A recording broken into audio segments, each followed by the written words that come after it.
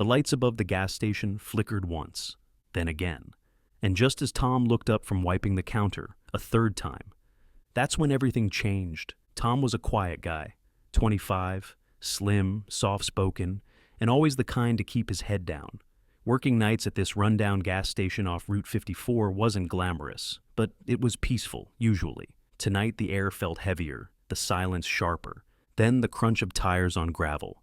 A sleek black sedan pulled in, slicing through the dark like a shadow with purpose. From it stepped two women, one tall, athletic, with angular features softened by carefully applied eyeliner and a loose denim jacket. Her walk was smooth, grounded, like someone used to attention but not bothered by it. Her name tag read Eden. The second, shorter, more curvy, wore a leather jacket that hugged her frame. Her eyes flicked from shadow to shadow, always alert, always calculating. Her name tag read Noah. Tom straightened, not because he felt threatened, more like curious. They weren't tourists, they weren't drifters. And they sure as hell weren't from around here. Their vibe was different, precise. Like they knew exactly what they were doing and had done it before. Eden gave Tom a small nod as she walked in. Evening. Evening, Tom replied, voice cracking a little. Noah shot him a quick, playful smile. Slow night? Yeah, not much traffic this time of night. Good, Eden murmured, glancing over her shoulder at the door. Her tone was calm, but her eyes were not. They were watching. Tom watched too. 3 motorcycles, like wolves approaching a flock, rolled into the lot. Bright headlights, roaring engines. The peace of the evening shattered. They parked side by side, 3 men. The leader wore a red bandana and a leather vest that looked 2 sizes too tight over his chest. The second had tattooed arms and a crooked grin. The third, long dark hair tied back, carried himself like a man who liked hurting things. Tom's heart dropped into his stomach. The bikers entered like they owned the place. The scent of gas and leather followed them. Red bandana leaned on the counter, eyes gleaming. Nice little setup you got here, kid. Tom forced a nod. Thanks. But Red Bandana wasn't looking at him anymore. He was looking at Eden and Noah. Well, well, he sneered. Didn't expect to see pretty girls out here this late. Noah didn't flinch. She stood relaxed, arms crossed, but her weight shifted, ready to move. Eden stepped between them and Tom, casual but deliberate. We're just passing through, not looking for trouble. Tattoo Arms snorted. Trouble finds you, sweetheart. They laughed. Tank knocked over a rack of gum with the back of his hand. Tom winced. You always this charming? Noah asked, her voice light. Dangerous. Red Bandana stepped closer. You got a problem with us, lady? I do, Eden said evenly, eyes locked on his. When you start acting like punks. Pause.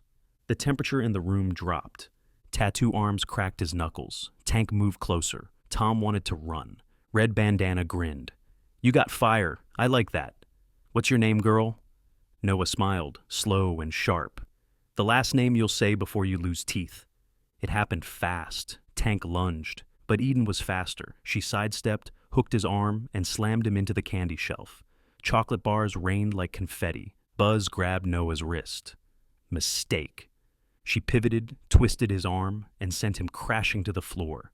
His head thunked against tile. Red Bandana roared and charged. Eden ducked. Her elbow found his ribs. Then her fist found his face. Pause. Tom was frozen, mouth open, eyes wide. In 10 seconds, the bikers were groaning on the floor. Eden pulled a black wallet from her jacket, flipped it open. Federal agents. Tom blinked. If you're smart, Noah said, breathing steady, you'll crawl out that door and never come back. Red Bandana wiped blood from his lip. He glared, but his eyes were wild now, confused, beat. They left, stumbling, silent. Pause. But they weren't gone. Outside, engines roared again. Tom peered through the window. They're coming back. Eden nodded. Let them. The door slammed open. The bikers stormed in, angrier, dumber.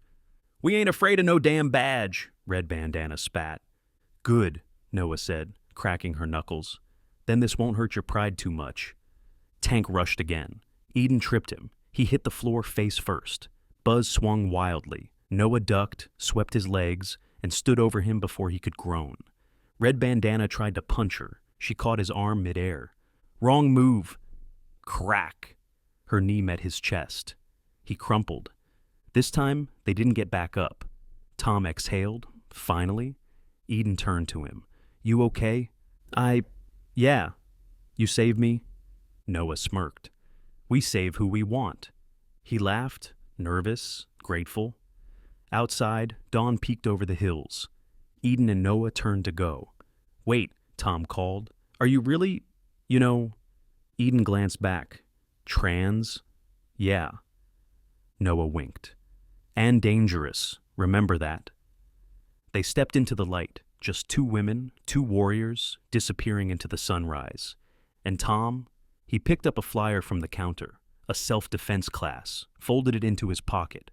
Tonight, he learned fear, but he also learned what courage looked like. The roar of the motorcycles didn't fade. It grew louder. Tom's fingers gripped the edge of the counter. His stomach twisted, not from fear, but from recognition. They weren't done. Eden stood by the window, backlit by the station's flickering fluorescence. Noah, already positioned near the door, hadn't moved. Her eyes were trained on the lot like she was reading a storm. You okay? Eden asked, not turning. Tom nodded reflexively, then stopped. I don't know. She finally looked at him. You're allowed to be scared, she said.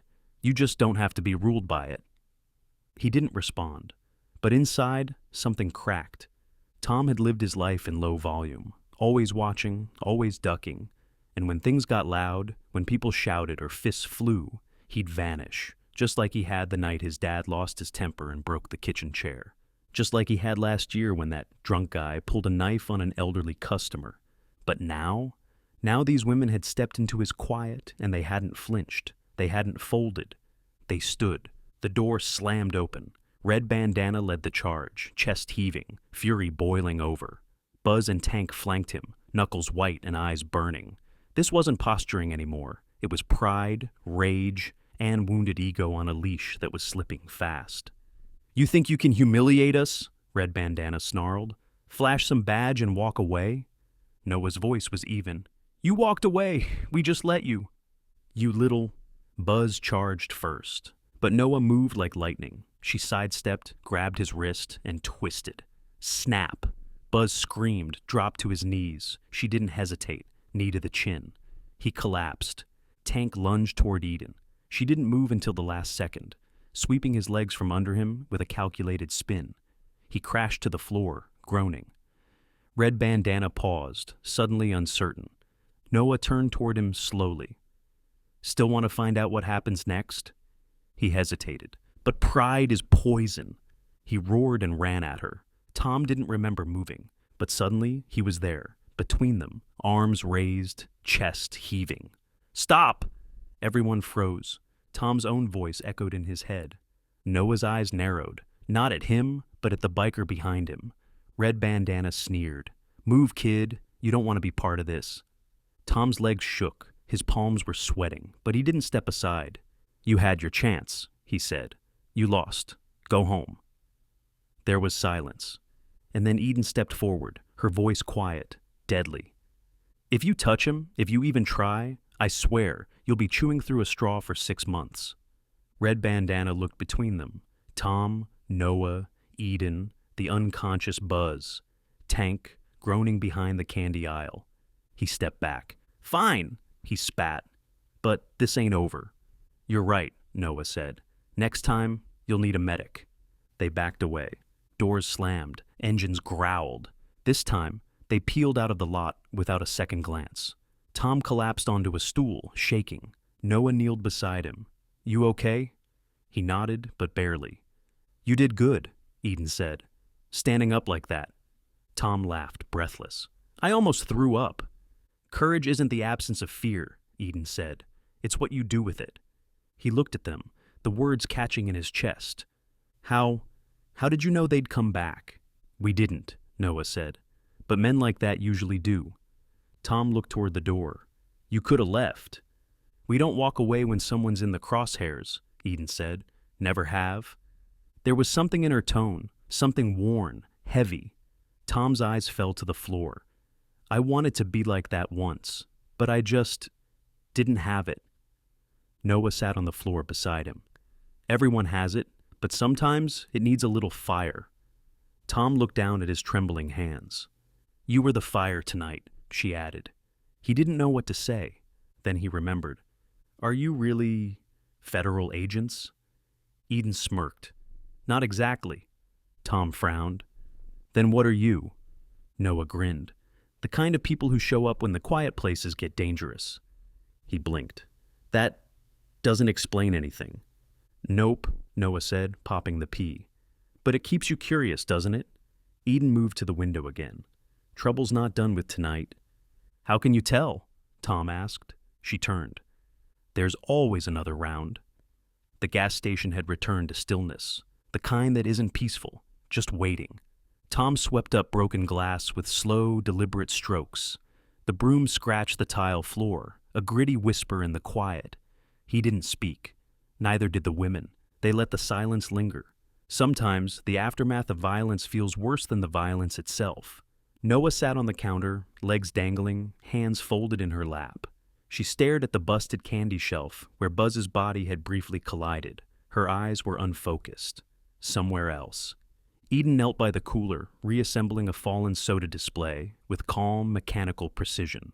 Her movements were controlled, clean, too clean for someone who had just dropped two grown men without breaking a sweat. You two ever get tired of this? Tom finally asked, not looking up. Eden's hands froze for half a second, then resumed. All the time, she said. Tom emptied the dustpan into a trash bag. So why do it? Noah answered before Eden could. Because if we don't, someone like you gets stomped into the ground, or worse. Tom hesitated. You don't even know me. We don't need to, Eden replied softly. You work hard, you stay late, you clean up other people's messes, and you still thanked us after almost getting killed. She paused. That's all we need to know. Tom blinked. It wasn't praise, it was truth. The kind that lands heavy because it sees you clearly.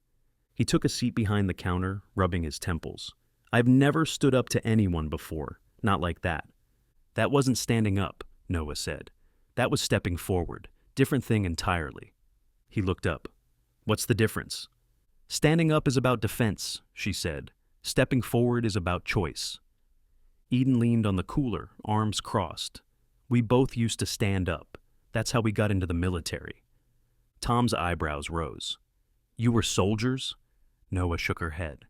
We were ghosts. Tom stared. Eden chuckled. It's what they call you when your name doesn't exist on any official records. Special operations, Noah clarified. Covert stuff, dirty work, things no one talks about but everyone benefits from. Tom looked between them. How does a pair of ghosts end up defending a gas station cashier in the middle of nowhere? Eden shrugged. We stopped following orders, started following our own rules. Someone needed to, Noah added. There was something raw under her voice. Not anger, memory. Tom didn't push. He didn't need to, because Noah kept talking. We were deployed in a country we can't name, cleaning up a mess someone else created. Local militias, civilians caught in the middle. One night we were ordered to hold position, let the Allies do their thing. Her jaw clenched. They slaughtered a village. Eden was silent. Tom's stomach turned. And you couldn't stop it. We did, Noah said, but not the way command wanted. We disobeyed, Eden added.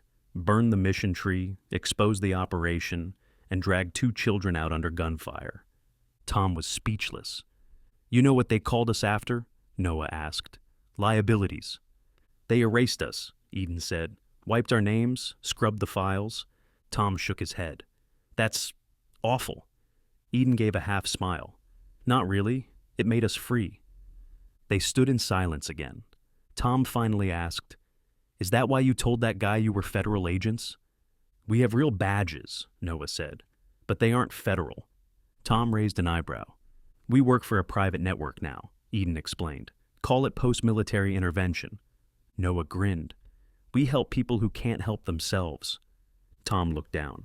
That's what I want to be. I mean, not like assassins or whatever, but someone who doesn't freeze. You didn't freeze tonight, Eden said. I almost did, but you didn't. He exhaled. I used to think being strong meant being fearless. But watching you two, I think it means being terrified and moving anyway. Noah grinned. Now you're getting it.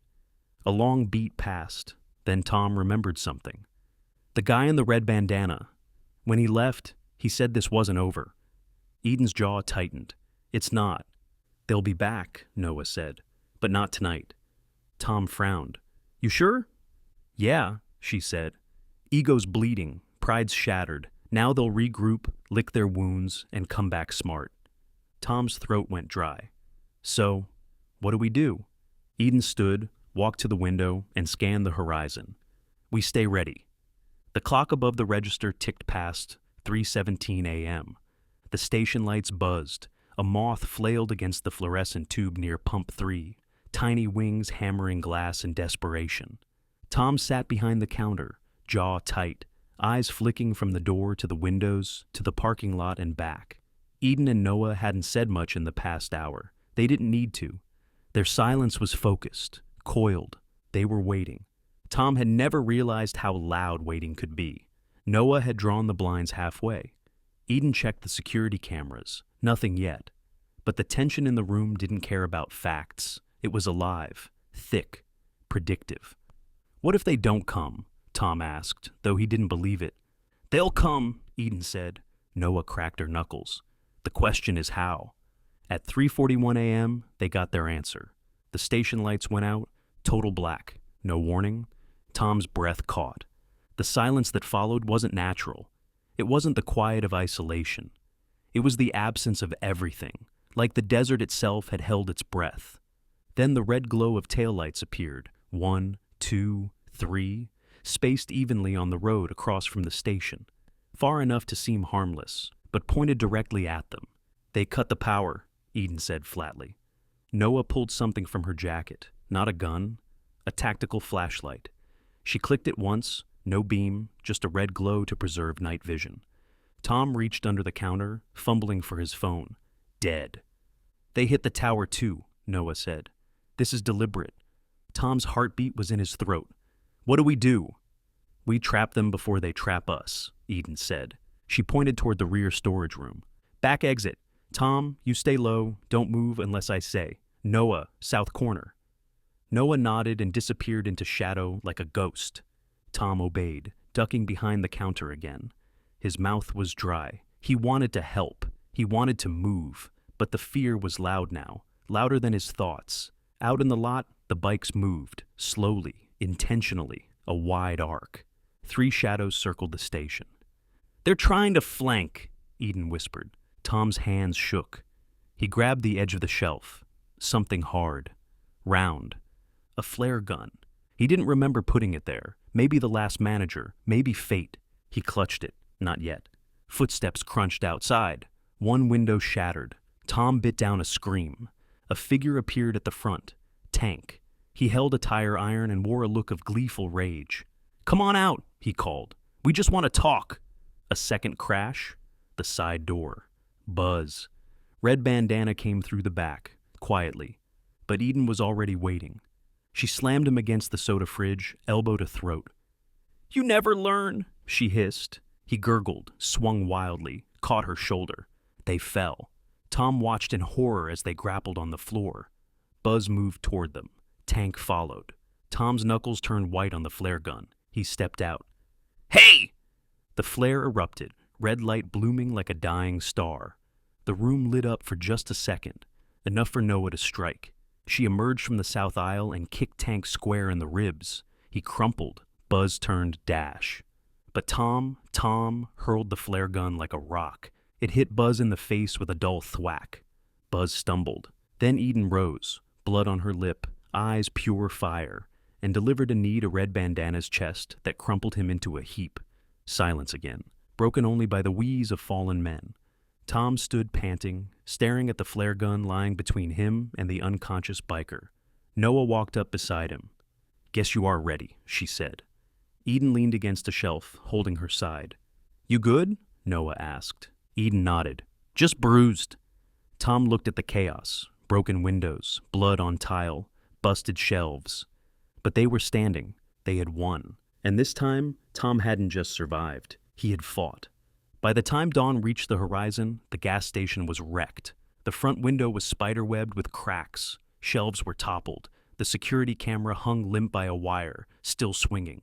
Soda pooled near the back aisle like a sticky crime scene. And in the middle of it all, 3 unconscious men bled into silence. Tom sat outside the front door, wrapped in a blanket Eden had pulled from the back. His hands were finally steady. His breathing slow, but his eyes were different. They weren't darting anymore. Noah sat beside him, sipping a half-warm coffee from a cracked cup. Eden leaned against the doorway, arms crossed, bruised but calm. They were waiting. Sirens echoed distantly across the desert, slowly growing louder. The nearest sheriff's department was almost 40 minutes out. Tom had called them the second the bikers hit the ground. This time, the phone worked. Guess they didn't hit the tower hard enough, he'd muttered. Now the adrenaline had burned off. What remained was heavy. You gonna be okay? Eden asked. Tom nodded slowly. Yeah, I think I will. Noah smirked. Didn't just survive. You made a decision. Tom didn't answer right away. He looked at his reflection in the station's shattered glass. I didn't recognize myself when I stepped out with that flare gun, he said. But I think maybe that's who I've always been. I just never gave him permission. Eden smiled. You just needed a trigger. Ironic choice of word, Tom muttered, cracking a grin. Noah chuckled. He's funny now. Growth. The moment hung gently, not heavy, not sharp, just quiet. But it didn't last. A radio crackled, not Tom's. Eden's head snapped toward the parking lot. Noah was already up, coffee abandoned. Tom stood too, pulse spiking. What is it? Eden knelt beside Red Bandana's vest, pulled a small square radio from a hidden chest pocket. It was still transmitting. Noah clicked the button and listened. A voice hissed on the other end, muffled but clear. Report. Echo 6, status. Do you have the asset? Tom's stomach turned. What asset? Eden's jaw clenched. Not us. You. Tom stared at them. What are you talking about? Noah's voice was low. They weren't just looking for a fight. They were after something. Eden looked at Tom. Or someone. Tom blinked. I'm no one. I'm just a cashier. Noah's eyes narrowed. Tom, when did your dad disappear? He froze. 6 years ago, he whispered. He went out for gas and never came back. Eden and Noah exchanged a glance. Tom's voice shook. How do you know about that? Noah pulled something from her jacket. A photo, grainy but clear. Tom's father, standing next to a younger version of Red Bandana. Because your father wasn't just some guy, Eden said. He was a defector, one who stole something from people who don't forgive. Tom's mouth went dry. The network thinks you might have what he hid, Noah said. But I don't. Tom trailed off. His eyes drifted to the back room. He turned and ran. Eden followed. Noah stayed out front. Tom burst into the storage closet, the shelf, the vent behind it. Something he hadn't touched in years. He ripped it open. Inside, a small black case. He pulled it out, opened it. Inside was a single flash drive. Tom stared at it. I never knew. You weren't supposed to, Eden said gently. He was protecting you. Tom turned, his eyes wet. And now I've led them here? No, Eden said. You didn't. We've been tracking them for months. This wasn't your fault. Noah's voice came through the door. Sheriff's here. Tom stared at the drive, then handed it to Eden. What now? We vanish, she said. With this. And you stay safe. Tom followed her to the door. I don't want to hide anymore. You won't be, Noah said. You'll be living. Eden turned. But if you ever need us? Noah winked. You won't have to call. We'll already know. The two women stepped into the sunlight. The sheriff's cars pulled in, tires crunching over gravel. By the time the deputies reached the storefront, Eden and Noah were gone. Tom watched the horizon. He felt the weight of what had just happened, of who he was, of who he was becoming. There would be more questions, more truths, maybe even more danger. But now he knew something for sure. He wouldn't face it alone. Not anymore.